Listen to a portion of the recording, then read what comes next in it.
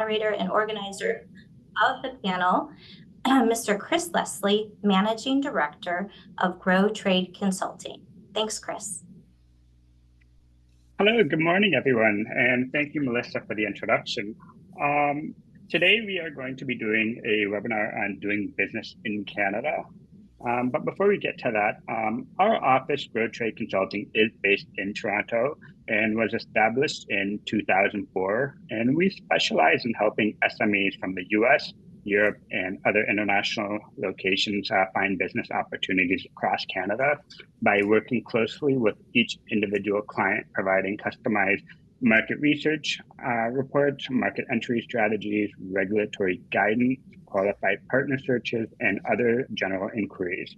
We've been very fortunate in representing EDPNC since 2012 in Canada and have assisted hundreds of North Carolina companies that have been looking for assistance with exporting to Canada since then.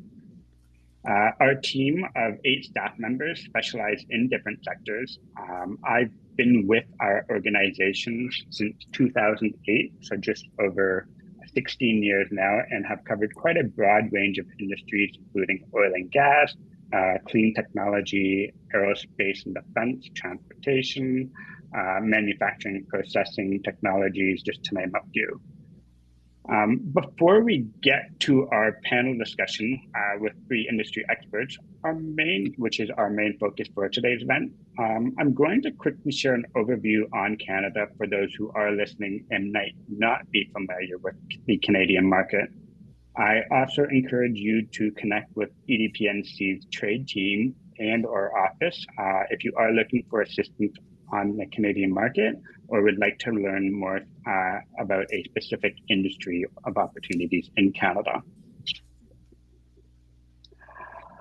Canada is the second largest country in the world by area with over 9.9 million square kilometers and has a population of over 40 million people.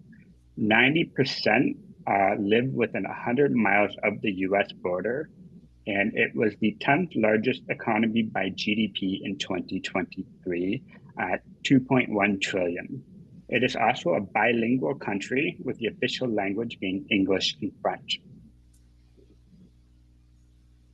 Canada and the US have a unique relationship where we have shared geography, similar values and common interests, strong personal connections, and a powerful multi-layered economic ties.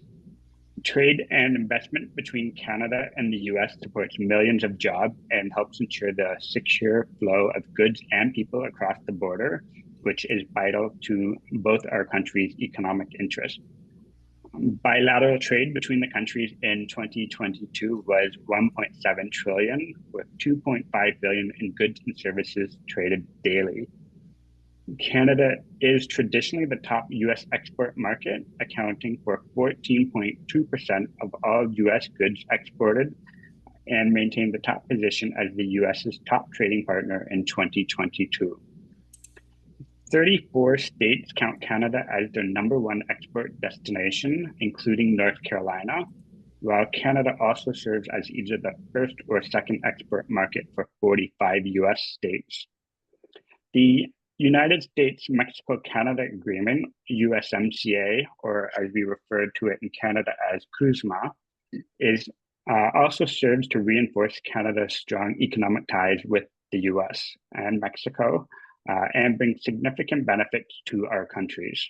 Whether your company is a first-time or seasoned exporter, Canada should be a key component for your company's export growth strategy. In looking at North Carolina's trade in 2022 with Canada, the state exported over 6.6 billion and imported over 5 billion, with the top 5 industries accounting for 34.6% of exports to Canada. Almost 67% of the exports from North Carolina went to Ontario, followed by 14.6% to Quebec and 7.5% to Manitoba. There are a number of things to keep in mind when doing business in Canada, and we will dive into a few of these topics with our panelists momentarily. But some of the others include understanding Canada's geography, regional difference, and key markets, as well as knowing that Canada is a mature market with a focus on innovation. So it's important to know your competition and define your value proposition. Now, to talk more about doing business in Canada, we've invited three guest panelists who are experts in their respective fields. First, I would like to introduce you to Mike Carroll, who is the co-founder of Can USA Logistics. Hi, Chris. Thank you. I am Mike Carroll and president of Canusa Logistics. We just celebrated our 30th year in business. And we're what I would describe as a boutique customs broker. We're located in Fort Erie, Ontario, just across the Peace Bridge from Buffalo, New York. So we're right on the border. And our niche market has been working with foreign companies that wish to offer delivered duty-paid pricing to their Canadian customers in Canada. So our area of expertise is in helping those foreign companies build a selling price in Canada, accounting for duties, taxes, regulation, how to participate in things like goods and services tax and get registered with the Canadian government so that they can take advantages of the efficiencies that can be realized with delivered duty paid pricing. Thank you. And next, I would like to introduce Erin Taraborelli, who is the Director of Regulatory Affairs at Source Nutraceutical. Yeah, thank you. So again, I'm the Director of Regulatory Affairs at SNI. The headquarters of SNI are in Winnipeg, Manitoba, but I actually work remotely out of my home office near Toronto. So I'm about an hour and a half from Buffalo. I've been at SNI just over a year now, but I have been in regulatory affairs for over 20 years. So my team at SNI assists companies of all sizes to bring their regulated products to market compliantly in Canada or the US. We specialize in helping companies go back and forth, and that includes foods, natural health products, cosmetics, medical devices, and pharmaceuticals. So our services include formula, label review, product classification, and ad hoc consulting wherever you need help. Thank you. And lastly, I'd like to introduce Chuck Novick, who is the Senior Vice President of Strategic Development at Media Edge. Okay, thank you, Chris. It's great to be with Mike and Erin and all of you today. I'm Chuck Nervick. I'm Senior Vice President and Partner at Media Edge Communications. We are one of Canada's largest, most respected, longest standing media and event companies. We offer a full array of services. We're in 80 different markets in Canada, market segments. We do everything from running trade shows and conferences and special events. We produce 80 different media products that are print, digital, and social. We do all kinds of interesting things with about 3,500 clients that we work with every day that are interested in selling their products and services to Canadians. I am half US, half Canadian. I moved up to Toronto in the early 90s. So I've got a really good core understanding of the US, obviously, and miss it every day. I love the US. And I also now understand Canada. And the one thing that I find interesting about companies in Canada in the US, is the opportunities up in Canada are very significant. Canada is a great country. I mean, Toronto is a growing city. I think it's the third largest city now in North America. There are great opportunities up here. It's less competitive, it's less onerous, and I would highly encourage anybody on the call today to look at Canada as a viable market. Typically, the margins are better, the bottom line's better, and it's less competitive, and it's a lot of fun to do work up here. So hopefully, between Mike and Erin and I, we can bring some perspective today to all of you viewing and get you pumped up for Canada. Thank you, Mike, and thank you all. Chuck, and thank you all for being here this morning. We will be monitoring the Q&A section for chat, so if you do have any questions for our panel, please feel free to enter them and we'll address them as we can. My first questions for Mike. What are the first questions you typically get asked by US companies that are looking to send shipments to Canada? So I mentioned that our expertise in our area is delivered duty paid pricing. So the majority of our company, our customers are US based that pay all fees from their factory or their warehouse all the way to the customer's door in Canada. And that's really an unusual way of selling. It's not a traditional way of selling. The traditional relationship between Canada and the United States is that we're the smaller population, we're the smaller customer, and that most U.S. companies, their primary market is their own domestic market, their U.S. market. So quite often they'll look at Canada not really as an afterthought, but they don't want to get involved in regulation. They want to keep anything to a minimum. They would love nothing more than just take their shipment, send it up to Canada, and let the customer receive the goods, take care of all the customs formalities, deal with the Canadian government, and they wash their hands of it. The problem with that is that's a very inefficient method of shipping goods to Canada, and it results in a lot of overpayment of duties and taxes and utilization of inefficient transportation options, so to speak. So in our area now, over the last 10 years, what we've seen, we've been doing delivered duty paid, mainly B2B relationships for the last 30 years. But over the last 10 years, all the growth seems to be in e-commerce. And so if you're in the e-commerce space and you're coming to Canada, you have to have a delivered duty paid program to offer Canadians, or you just won't be successful up here, and the costs are just prohibitive to send these single shipments directly to the door in Canada. So we have a lot of solutions in that way, in that regard, and most e-commerce companies are right off the get-go looking for some form of delivered duty paid solution to grow their business in Canada. On the other side, though, is B2B, and traditionally, and it hasn't really changed a whole lot, is that it is still probably 90% of the shipments that come to Canada, the importation is the responsibility of the Canadian company.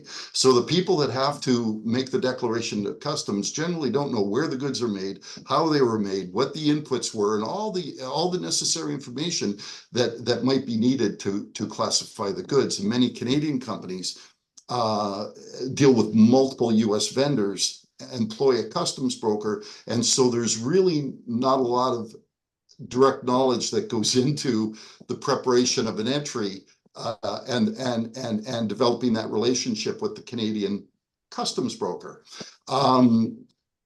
But because we're working with the foreign company, the first thing that their main concern, and usually on a B2B relationship, their main concern or what drove them there is something in the marketplace that requires them to offer delivered duty paid pricing. So it's not like a light bulb went off and they said, "Oh, this is the best way to do it." It's usually they're in a competitive market. They have a Canadian competitor that is offering Canadian dollars delivered right to your door, and here you are offering US, which isn't a bad thing to sell in US dollars, but you take care of the customs.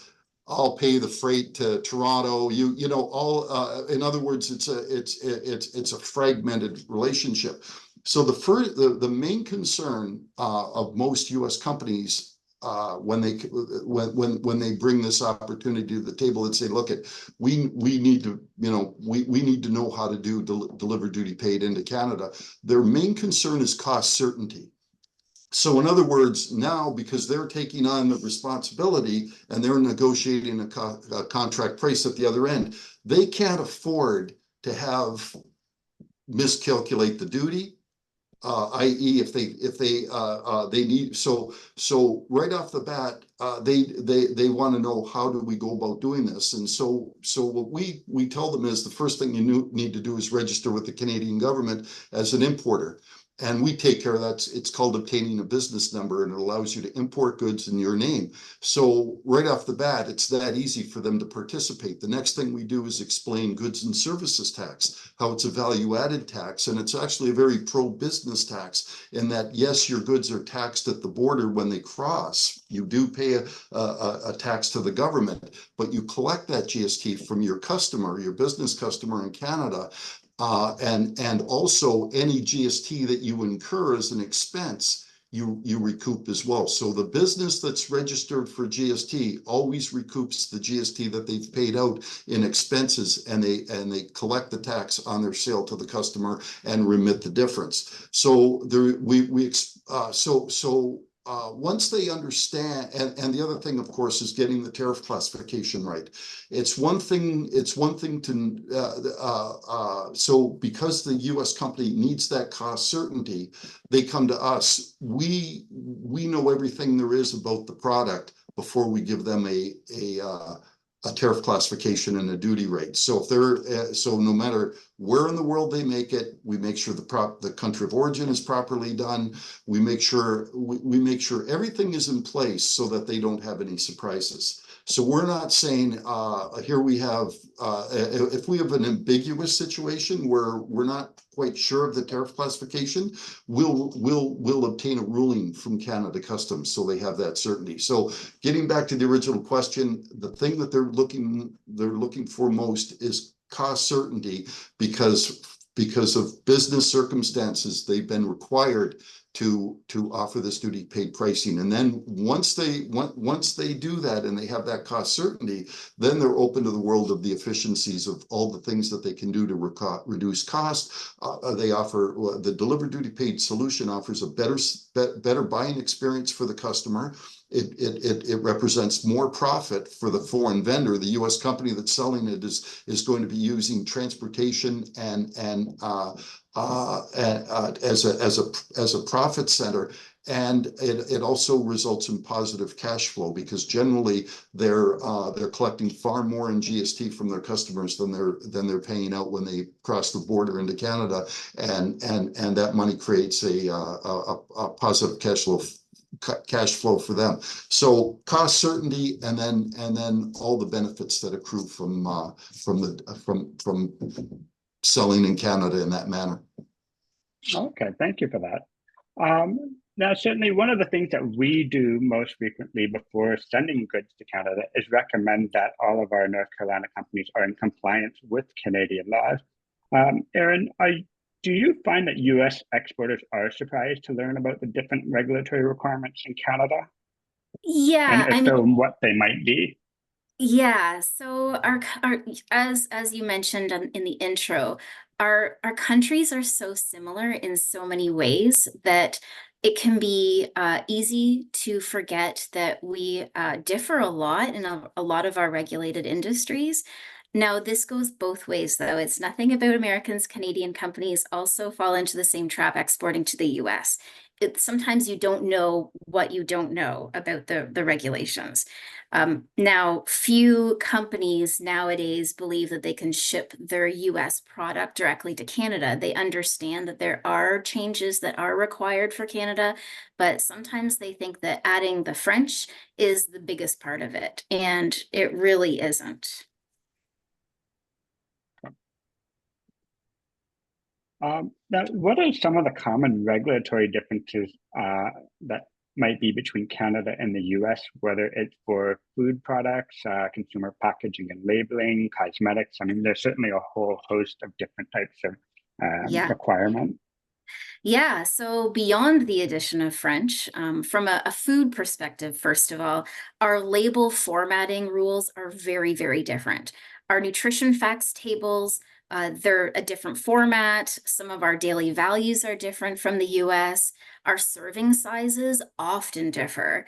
The formatting rules around our ingredient list are very, very strict now that we have had our updates about 8 years ago to our food labeling regulations. And in the US, the formatting of the ingredient list, like the formatting itself, is not as strict. So it can be a big surprise coming to Canada, having French take up 50% of the label, and then also having to use more real estate for the ingredient list because of the spacing regulations. Even the names that we give foods based on the standards, the regulated standards in both countries, sometimes they can differ. So something that is known by one name in the US has to change their name when they come into Canada, and that can be a big surprise to companies.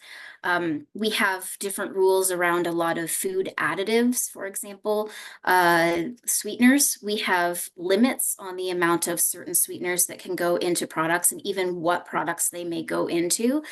So we've had to give some, bad news to the US companies that are hoping to just bring their US formula into Canada, thinking that at least it would just need a label change. But even formulas have to change, unfortunately. The foods that can be fortified with vitamins, minerals, caffeine, or other ingredients like amino acids, that is highly regulated in Canada as well. So it's not always as easy as just changing a label.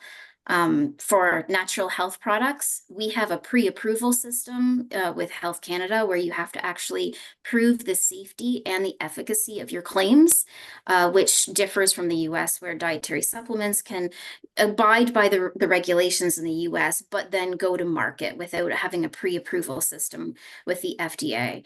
And in all industries, in all of our regulated industries, the criteria to make claims can be different. So a claim might be made in the US that does not meet the criteria in Canada to make the same claim. But the opposite can happen as well. Sometimes in Canada, we have the ability to make a claim that the US is not able to, especially with our natural health products. So it can be a benefit as well. So it helps working with somebody who can advise on the benefits of our Canadian approved pre-approval system for natural health products specifically. So Thank you. Now, we often encourage companies to participate in trade shows and come visit Canadian clients. Chuck, how can US companies better promote themselves to other businesses in Canada? Well, there's many dozens of different ways to promote themselves up here. I think everything really starts with doing market analysis to understand the opportunities that exist in Canada for your company and the products or services you offer. Once you've identified those products and services and the market conditions up here, there's a myriad of things you can do. Trade shows, conferences, special events, there's traditional marketing, there's print, there's digital, there's social media. So all of that stuff to me comes downstream. I think what's really important is to make sure that the company and the products and services that you offer are of interest to Canadians. And I think you've got to kind of come up here in short spurts. You've got to have distributors and brokers all set up, your sales channels all set up. And Canadians are a little bit slow in making decisions when they find something new. They're a little bit more conservative. They tend to analyze things a little bit more thoroughly. But once they're committed to that company or that product or service, they're full in, and you've just got to deliver what you've sold them, and you should have a good runway for future success. So, I mean, I could spend an hour talking about trade shows, Chris, or a half hour on social media. So I'm not quite sure where you want me to go, but hope that answers your question. Yes, absolutely. I guess, is there a more effective way for companies to promote themselves to Canadians, whether it's through social media, digital advertising, even trade shows, marketing? Well, I one of the things that it's a trend that's happened, I guess, 2-3 years ago is thought leadership in a particular market segment is really important. So what we do a lot of times with our clients is we'll get them involved in our conferences and trade shows and special events as speakers, presenters. It gives them that opportunity to present themselves and what they offer that particular industry. We also do thought leadership articles, a series of articles. It could be monthly or quarterly on a particular topic. I think, Mike, you'd mentioned you're involved with clean technologies. I mean, clean technologies right now is huge. We've just set up an online training company. We're delivering a online training program for building operations professionals, and we just released our decarbonization pathway to net zero certificate. And I can tell you that the amount of pressure on buildings to get to net zero right now and reduce carbon emissions is huge. So anybody that's in that space, there's an opportunity to come in. It's just moving down that path the right way and making the introductions and getting in front of the decision makers to present what you offer. Now, Mike, what are the benefits of using a shipping broker for both new to export companies as well as seasoned exporters? Well, we're a customs broker, and we're also a logistics company. So shipping broker and a customs broker are slightly different. A shipping broker is generally a non-asset based carrier. So they make arrangements for shipping and eliminate the need of dealing with directly with one carrier. So for Canada, because of our geography, we have a little bit of a different trucking system here in Canada than they do in the United States. So that in the US, a lot of LTL, for instance, is dominated by some very specific regional carriers, but there's some really good national line haul carriers that also service Canada, and those shipments move on the class system, for instance. So the type of freight that you ship is classed according to a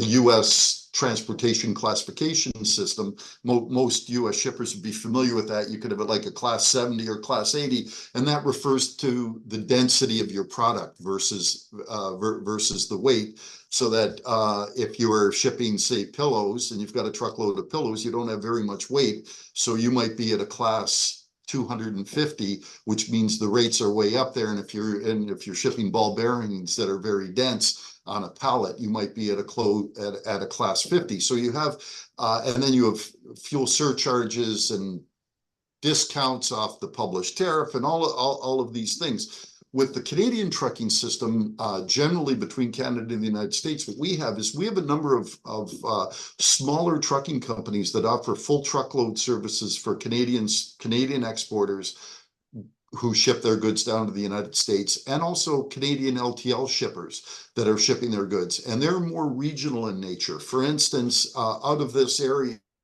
this GTA,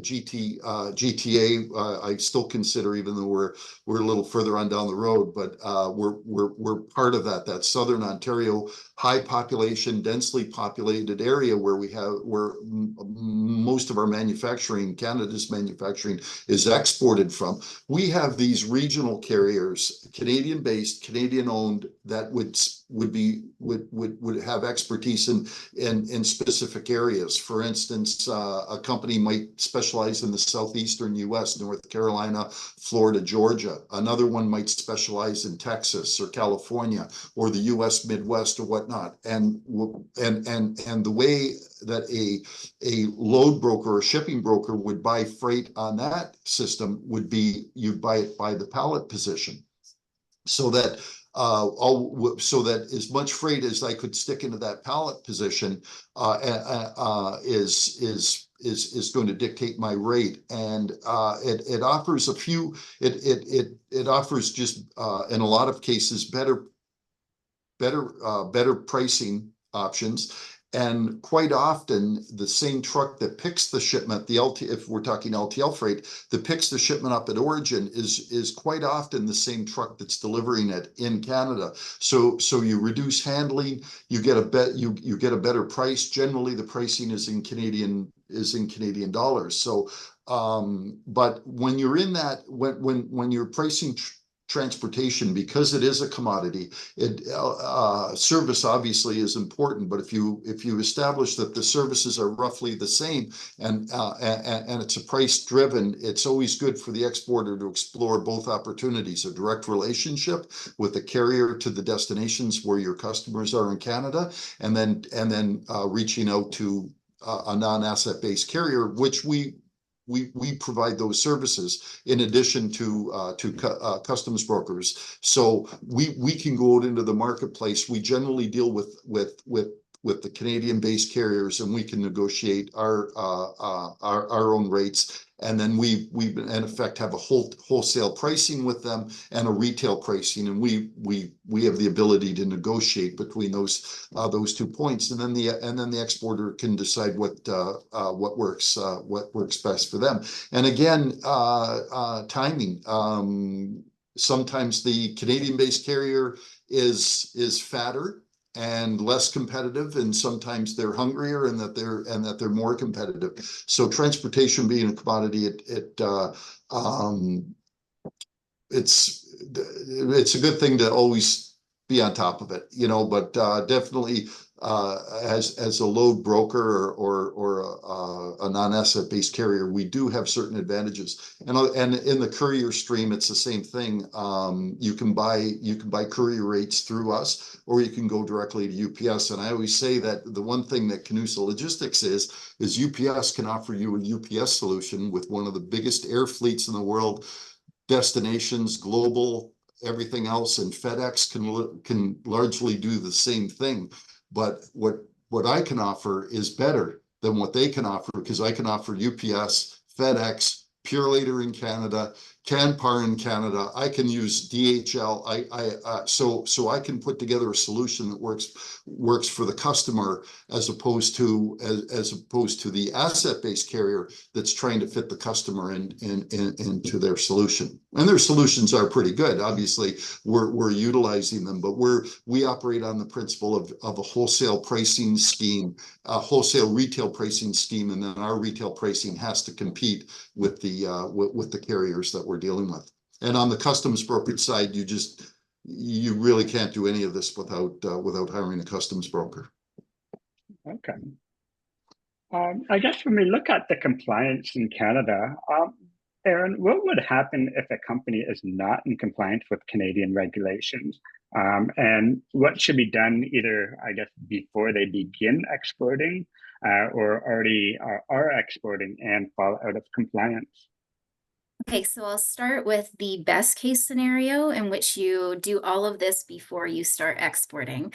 So if the company is sending products directly to a Canadian consumer household in an amount that is considered just for personal use, so that's usually about 3 months worth or less, then you're not likely to face any issues at all. But that is, as mentioned earlier, that is not usually something that you want to do for a really long time. It doesn't make sense financially, so you're probably going to want to start going through a distribution system. And at that point, you really need to get your ducks in a row. Once you start sending cases of product into Canada, you need to make sure your products are compliant. The first step is knowing what classification your products are. In a lot of cases, it's obvious, but in some cases it's not. And a lot of products can actually fall into an interface between 2 different types of regulatory classifications, just because of the difference in US and Canada. So once you know the classification of your product, is it a food? Is it a natural health product? Is it a cosmetic, or is it a drug? Then you know how to set up your importing, because in Canada, there are rules about who can actually import your product. And for example, for foods, now that we have the Safe Food for Canadians regulations, the importer of your food has to have a license, and you need to make sure that that person who is importing your food has that license, that ability to import your type of product. And they actually will be taking on the responsibility for ensuring the safety and compliance of that food in Canada. Now, there are some ways that an American company could be a non-resident importer, but that is depends on the type of product. So that's specific for food. If your product product is a natural health product, for example, then you need to make sure that your importer has a site license with Health Canada, and they will actually be taking on the responsibility, again, of making sure that your product complies with the natural health product regulations. So making sure you have an importer that knows what they're doing and is licensed to do so. Once you have that all set up, then you should probably take a look at your product and ensure that that product is compliant. And we always recommend going through an expert to make sure there's no surprises. Usually the label will need to be updated, but you can usually put on a sticker over top of the US label to comply, to have all of the text that's required for Canada. It's not a pretty solution, so it's usually a temporary solution, often to measure the success of the Canadian market, but you can do that. But work with somebody to make sure your formula is compliant and you have a labeling solution.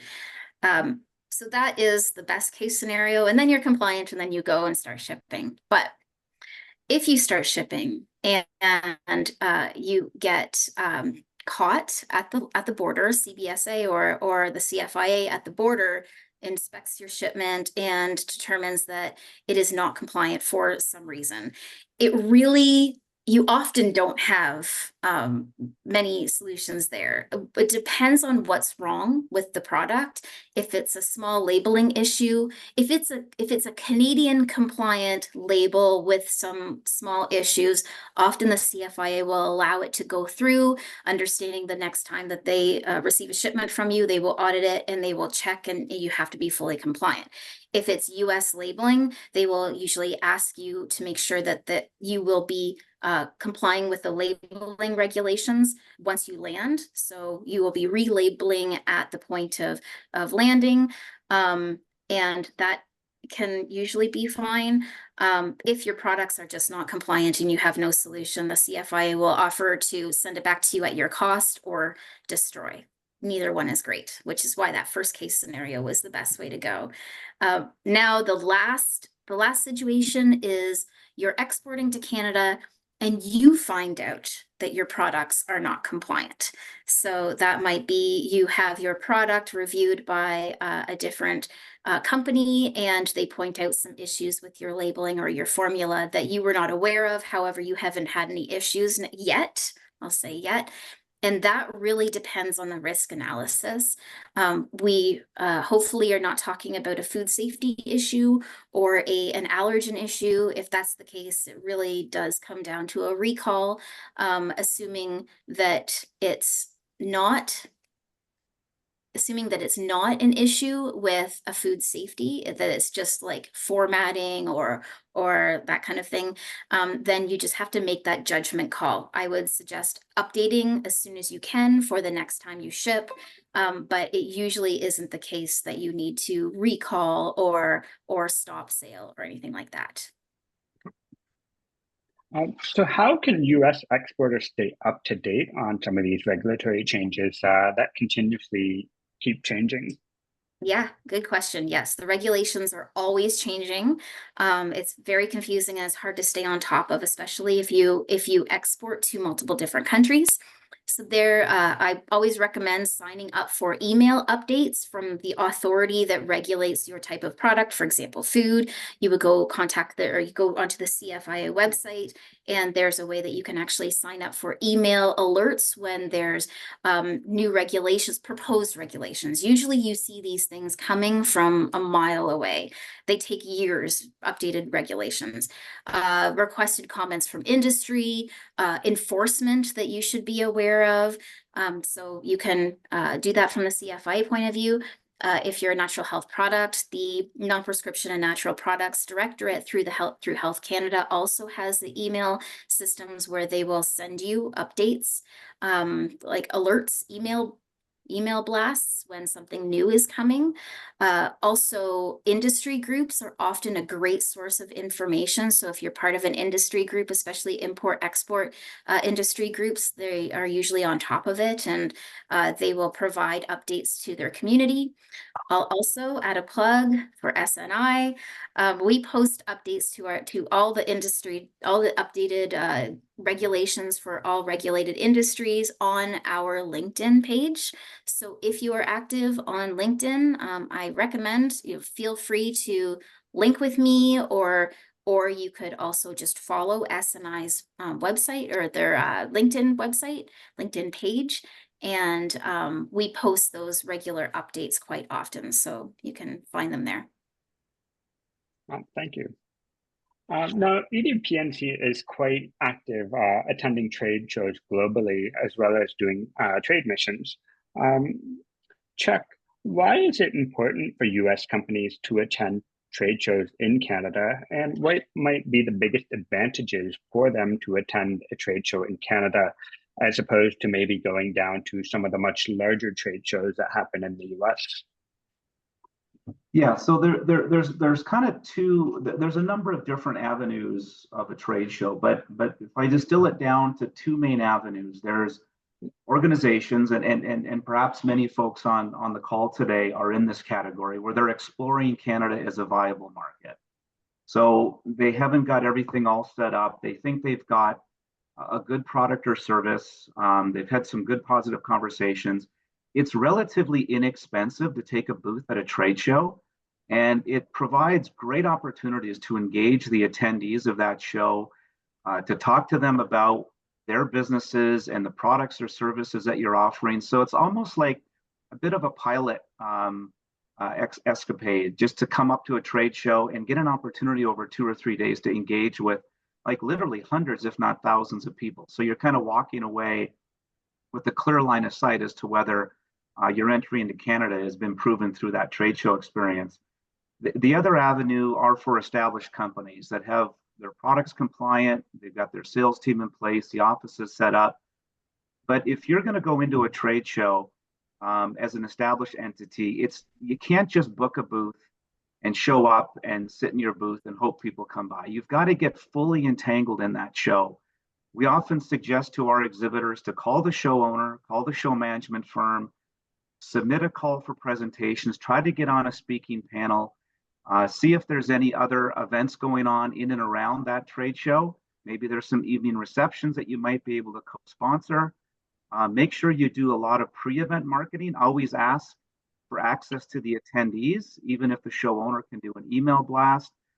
Do some special prizes out of your booth, some draw prizes. Try to bring attention to your booth space through a whole bunch of different ways. And it's great to do marketing, whether it's traditional print or social or digital, but until you have an opportunity of understanding what the market opportunities are, a trade show really does provide a great foray into that marketplace. And I've been at many trade shows with our clients in their booths, helping them set up. They've never been in a particular market before, and they walk away with all kinds of invaluable information that they can use to develop business plans and marketing strategies. And Canadians always go down to the States. There's big trade shows that they go to in Orlando and Vegas, Anaheim, and whatever. North Carolina is beautiful. I mean, Canadians love the Gulf. It's an easy flight down to Raleigh. I would encourage people on this call to try to get subsets of client prospects down. Bring them down, show them your site, show them your plant, take them out around the Gulf. North Carolina is absolutely beautiful. And so I would encourage you to bring Canadians down, as well as participate in trade shows that happen in Canada, and also considering exporting Pinehurst No. 2 to Canada. It'd be great to have that golf course up here if you can export that possibly. Oh, thank you.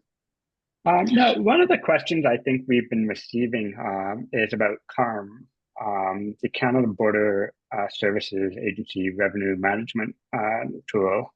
Now, Mike, I'm not sure if you can speak to this, but we've had some companies that have either been given an email from UPS or FedEx requiring them to register, or they've also had Canadian companies send them emails saying that they need to register if they want to continue doing business in Canada.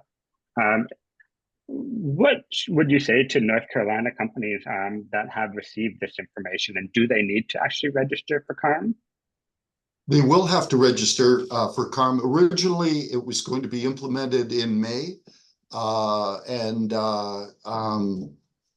its implementation, required implementation has now been pushed back to October. But yeah, they will have to register for CARM, and because the next stage is we're going to be Customs is going to be changing their the way security is posted. If the people that are involved in the U.S. currently, when they import goods into the United States and use a U.S. broker, they have to post a bond, either a continuous surety bond that they put in place for a year, or a single shipment bond. In Canada, traditionally, it's been different. It's the customs broker that posts security with the Canadian government, which means we as a customs broker, we post security for duties and taxes in any 30-day period for all of the duties and taxes for a customer. So we're posting the security. That system is moving to a requirement of the importer to post their own security directly with Canada Border Services Agency. So registering for CARM and getting that in place is something that they should do now. And we can help out with that, getting it done. Our team downstairs are doing it all the time right now. We're knee deep in registering clients for CARM, so we're doing a lot of it right now. One of the other questions that we did get from the audience was they're curious to know if the trade enforcement trends related to cooperation between CBSA and the U.S. Customs Border Patrol enforcement action. You're asking me? Yes. Oh, yes, I'm sorry. Yes, there is, depending on the circumstances, and as technology improves and they change the way and the way governments are reorganizing, and customs is reorganizing into different teams of expertise. And on commodities, yeah, there can be some enforcement issues. One of the big areas is that earlier you mentioned the change from NAFTA to USMCA trade agreement. And there were a lot of things that were positive and streamlined. The rules of origin and requirement were relaxed greatly under USMCA. That has really benefited North American manufacturing, U.S. manufacturing.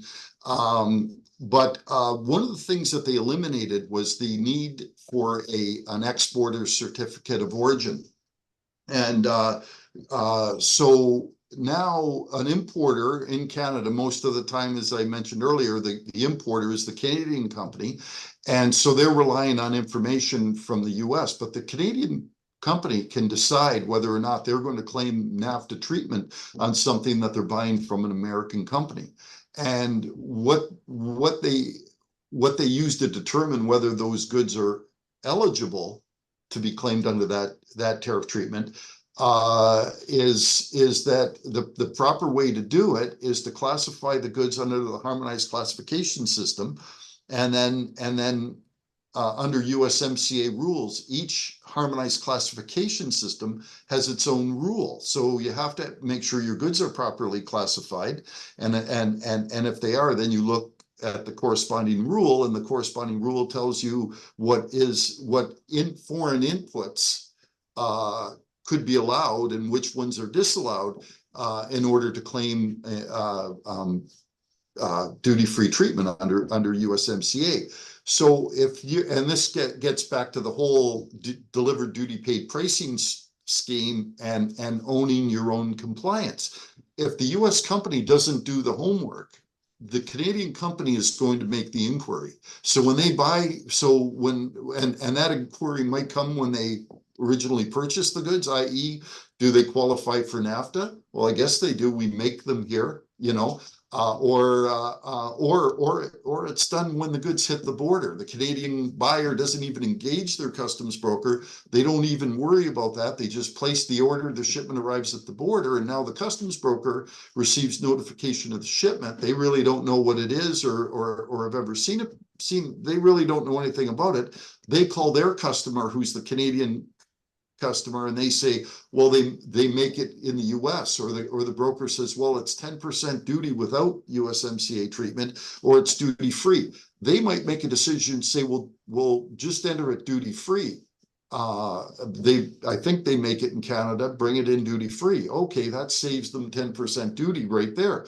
Now, if there will be a review and there will be a tracking of those goods, in that if the US company is selling to multiple Canadian companies and broker A, the customer says, yeah, bring it in duty free, and broker B says, well, we don't have enough information, pay the appropriate duties, and then if we can find out at a later date, we'll file a refund claim to claim the duty back.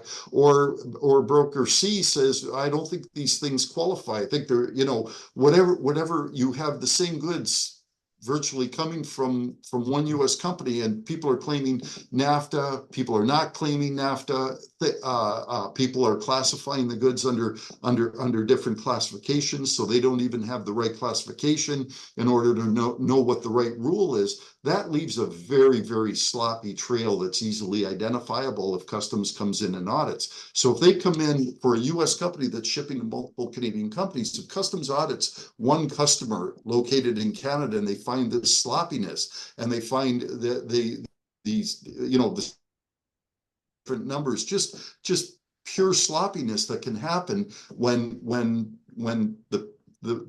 just because the Canadian importer is responsible for providing answers to questions that they don't have the answers to, and that aren't necessarily easily obtainable through just an easy phone call to the States, so that you have those inconsistencies, and then that can lead to you're contaminating all of your shipments to Canada, and that can affect the enforcement. So that while the US company, because they're not acting as importer, may not have any direct liability to the Canadian company, what they do is they have a messy relationship with their Canadian customers on their hands. Because if you never know how people made that decision at the border. Was it a phone call? Was it just the Canadian company saying, yeah, bring it in duty free, we'll worry about it later? Or maybe they called down and they got the shipping guy, and the shipping guy didn't really know what he was talking about, but yeah, I think it qualifies. Or you say, well, it's 10% this, or it's free. Well, it's free. It's very easy to fall into that trap of non-compliance at the border, because it is a system that allows importers to declare whatever they want. You can within reason, you can't put a dollar on something, but you can undervalue something and it'll get cleared and it'll get delivered to the customer. You can put the wrong HS classification that gives you a preferred duty rate on something, and it'll get cleared and it'll get delivered to the customer. But then when it's audited at a later date, then that's where the problems exist, and they usually go back 3 years. So if customs is going to conduct an audit, they'll send you a letter and ask for a sampling of entries from 3 years ago, and it's amazing how sloppy those things look 3 years later. And then you've got a mess on your hands, and then they start to make redetermination on things that you sold 3 years ago, and now you've got 3 years of that sloppy activity that now you have to voluntarily amend, and you have to pay interest and penalties and everything on it. And it just gets back to why that's why we offer delivered duty paid programs. One thing I should say too, it's always smart for an exporter. I'm just going to interrupt as we're getting to the top of the hour here. Okay, sorry. I'm going to hand it over. I just want to quickly say thank you to all three of our panelists for being on today's event. Their contact information is in the chat, but certainly if any of the people attending today's webinar do have questions, please feel to reach out to us and we can direct those questions to them as well. With that being said, I'm just going to hand it back over to Melissa from EDPNC to wrap up today's event. Great. Thanks so much, Chris. And thanks again to the panelists for that critical information that every company should be thinking about prior to pushing the go button. So thank you for that. This has been recorded. Prior to ending the recording and saying goodbye, I just want to promote a few upcoming events. So in May, the 29th, our next coffee talk is going to be addressing branding and marketing pillars that companies should have in place prior to kind of going international. We're going to have a couple of experts on kind of help you frame and think about these pillars. July 15th, the week of July 15th, our team will have our annual road show. What that is, we bring representatives for our foreign offices. So Chris Leslie will be coming to North Carolina to meet with companies in person. So not just Chris, but at least one representative from each of our foreign offices will join him and the team, and we will take a bus around North Carolina to 4 different locations. So check your email inboxes, our event page on the website. I put the website in the chat earlier, so keep in mind the week of July 15th for that. And then in September, we have a Canada-related event that we're planning. I will invite Dana Hicks to speak about that for a quick minute. Thanks very much, Melissa. I appreciate it. Dana Hicks, I'm a member of the North Carolina District Export Council. We're a group of private volunteers, both exporters as well as service providers.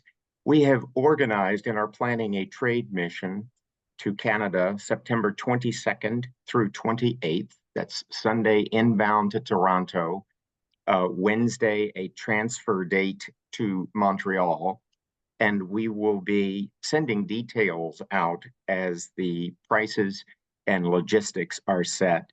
I can tell you the North Carolina DEC organized a similar trade mission back in 2010 that was a tremendous success.